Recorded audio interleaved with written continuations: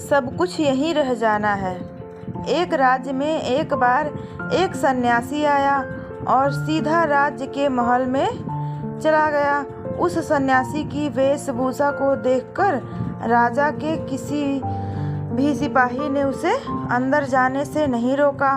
वो सन्यासी सीधा राजा के दरबार में चला गया।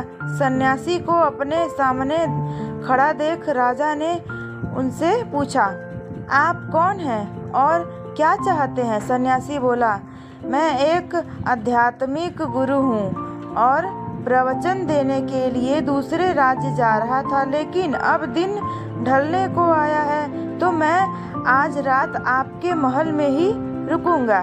रात बिताने के लिए बस मैं थोड़ी सी जगह चाहता हूँ। सन्यासी की बात सुनकर राजा बोला,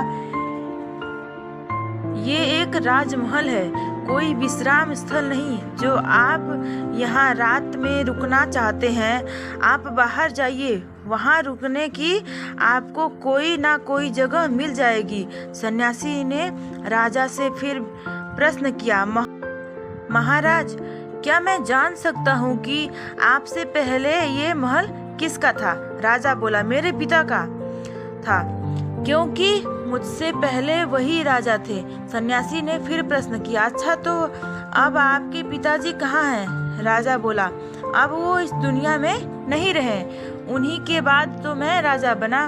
अच्छा, आपके पिताजी से पहले ये महल किसका था? सन्यासी ने फिर से प्रश्न पूछा।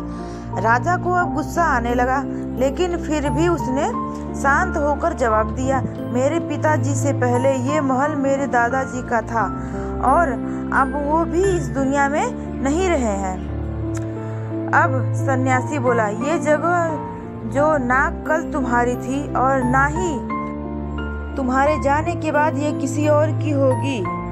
इस संसार में लोग कुछ ही समय रह पाते हैं और फिर चले जाते हैं।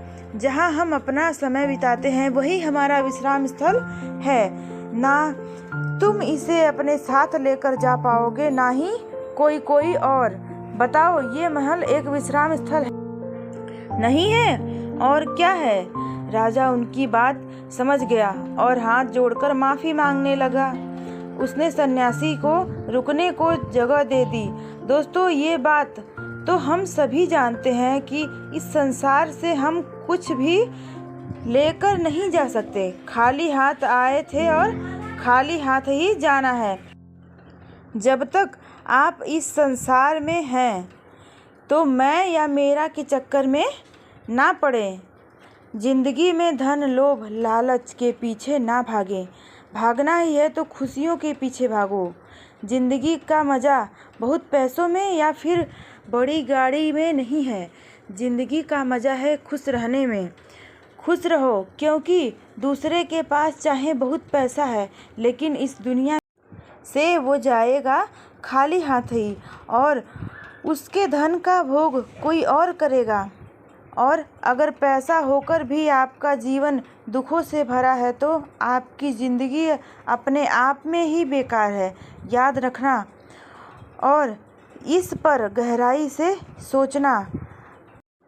आलीशान ज़िंदगी से बेहतर है एक खुशहाल ज़िंदगी। दोस्तों, ये कहानी आपको कैसी लगी मुझे कमेंट करके ज़रूर बताएं और ऐसी ही कहानियाँ सुनने के लिए हमारे चैनल को सब्सक्राइब कर दें। थैंक